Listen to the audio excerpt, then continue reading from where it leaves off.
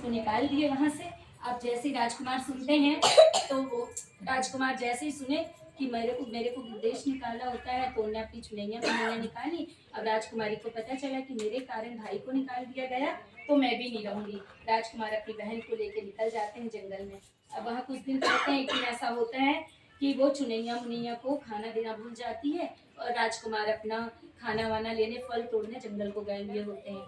अब जैसे जैसे वो कुंडलाती हैं तो राजकुमारी बड़ी दुखी हो जाती है कि अब मैं इनको कैसे जियाऊंगी, अब भाई मुझे भी देश से निकाल देगा। वो भोलेनाथ और पार्वती जी को हाथ जोड़ती है और कहती है कि मेरी इस संकट का कुछ तो निवारण करो। पार्वती जी ओषान बीवी का रूप धारण करके आती हैं और बोलती हैं कि बोलो क्या बात है। बोली माँ, मेरे कारण भाई को भी देश निकाला हुआ, भाई मुझे निकाल देगा, ये चुनैया मुनैया मुरझा गई हैं। बोली ठीक है, मैं तुम्हारे इस संकट को दूर कर देती हूँ। वो बोलती है कि तुम 7 सुहागले कबूल दो और सिर्फ चना फूटा फोड़ के और बोले उनकी ओली डालना, तुम्हारे कष्ट दूर हो जाएंगे। और ऐसा बोल के वो अंतर ध्यान हो जाती हैं। इधर छोटी राजकुमारी 7 सुहागले कबूलती है। अब कबूल ली, भाई आता है जंगल से, उससे सारी बात बताती है। तो भाई बोलता है चलो मैं चना ले आता हूँ। चना तो ले आए। अब भाई बहन उसको फोड़े काई में, तो एक दूल्हा वाले निकलते हैं, उनसे कहती है कि हमारे ये चना फोड़ दो। तो बोले नहीं, हमारा मुहूर्त निकला जा रहा है। वो आगे बढ़ जाते हैं। फिर मुर्दा वाले पीछे से आते हैं, उनसे कहती है मेरे चना फोड़ दो। तो कुछ लोग रहते हैं बुजुर्ग, वो बोले लाओ हम तुम्हारे चना फोड़ दें।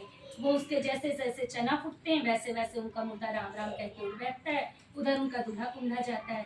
अब दूल्हे वाले सोचते हैं कोई जादूगरनी है, और मुर्दा वाले सोचते हैं कोई देवी है। अब मुर्दा वाले भी आते हैं लौट के, और दूल्हा वाले भी आते हैं।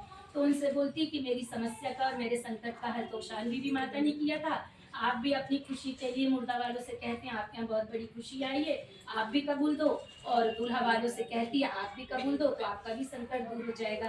फिर रोशान बीवी माता को दोनों कबूलते हैं, तो उनका उधर दूल्हा भी अच्छा हो जाता है, और इधर मुर्दा वाले भी खुशी खुशी अपना जीवित व्यक्ति लेके घर लौटते हैं। जब इधर राजा रानी को इस बात की खबर लगती है कि हमारी बेटा और बेटियों की बहुत चर्चे हो रहे हैं, वो भी उधर रानी सास सुहागन कबूलती है कि मेरे बेटा बेटी घर आ जाए और मैं भी सास सुहागने कबूलूंगी। सबके घर खुशियां आ जाती हैं। जब भी कोई पर संकट पड़े वो सास सुहागने कबूल दे, जिसके घर खुशियां घर आए वो भी सास सुहागने कबूल दे। बोले सुसान बीबी माता की जय।